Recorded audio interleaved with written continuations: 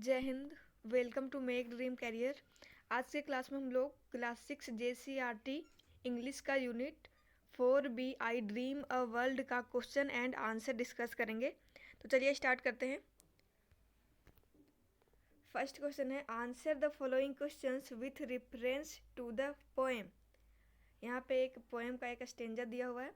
A world I dream where black और white whatever race you be will share the bounties of the earth and every man is free। इस stanza से पहला question है what do you stand by bounties of the earth. यहाँ पे question बोल रहा है कि बाउंटीज ऑफ द अर्थ से आप लोग क्या समझते हैं। तो पहले तो बाउंटीज का मतलब होता है गिफ्ट अवार्ड्स। तो इसका आंसर देख लेते हैं। इसका आंसर है गिफ्ट और अवार्ड्स अवेलेबल ऑन अर्थ। तो हम लोग समझते हैं बाउंटीज ऑफ अर्थ का मतलब जो गिफ्ट और अवार्ड्स होते हैं जो अर्थ पे अवेलेबल हैं उसको हम लोग बोलते हैं bounties of earth. Next question क्या है इन द एबव स्टेंजर ब्लैक और वाइट रिफर्स टू।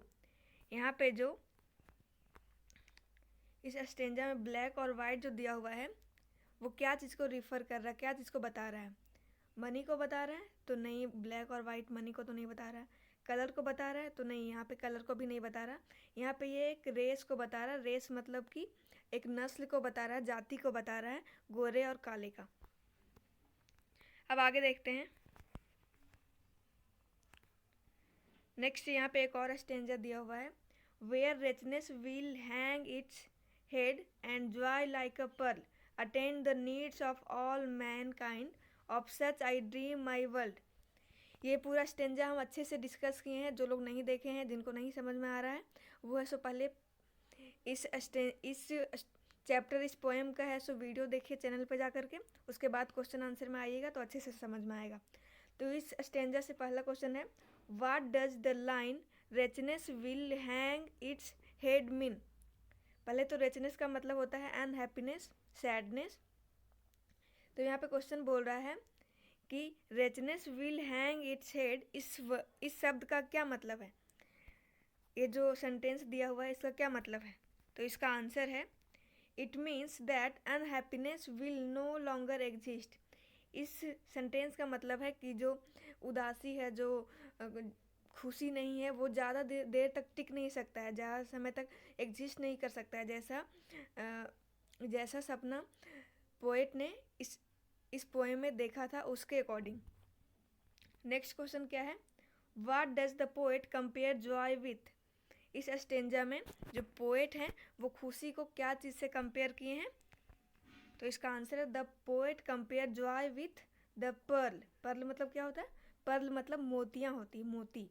तो जो पोएट हैं इस पोएम में जॉय को है सो मोती से कंपेयर किए हैं कि जो खुशी होती है वो मोतियों की तरह होती, मोतियों की तरह बिखरी हुई होती है।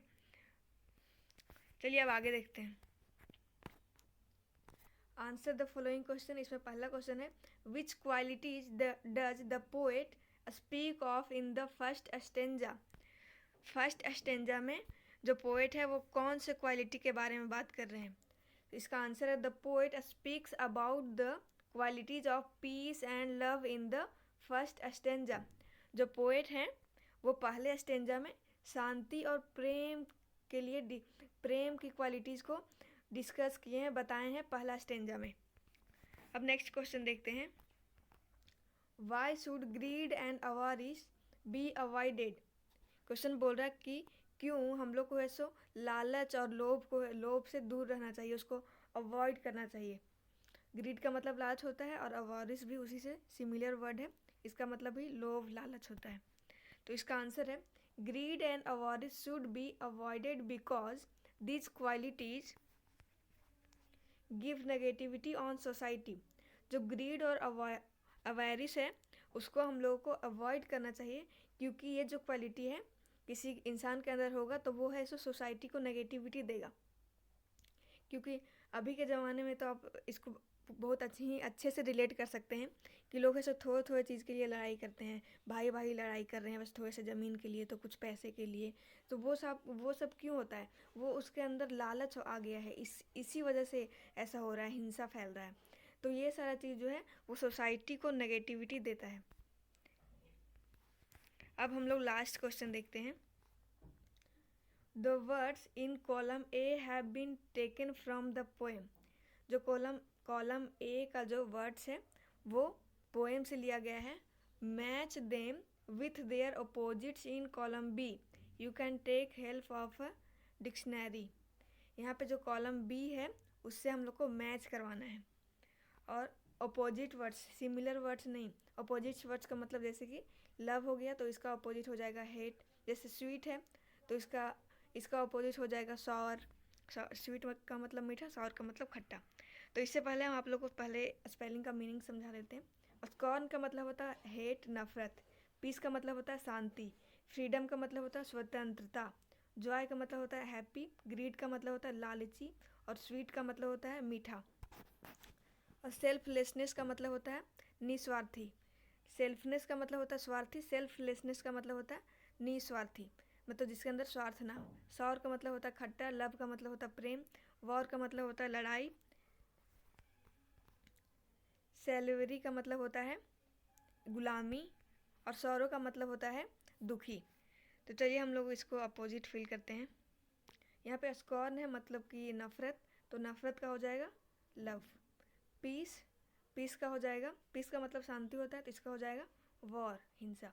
फ्रीडम का मतलब होता है स्वतंत्रता, तो इसका अपोजिट हो जाएगा गुलामी, सेलिवरी। जॉय का मतलब होता है खुशी, हैप्पीनेस, तो इसका हो जाएगा सॉरो। सॉरो मतलब सैड होता है। ग्रीड का मतलब होता है लालची, स्वार्थी, तो इसका हो जाएगा सेल्फलेसनेस, मतलब कि निस्वार्थी। स्वीट का मतलब होता है मीठा, तो इसका हो जाएगा सॉर, मतलब खट्टा।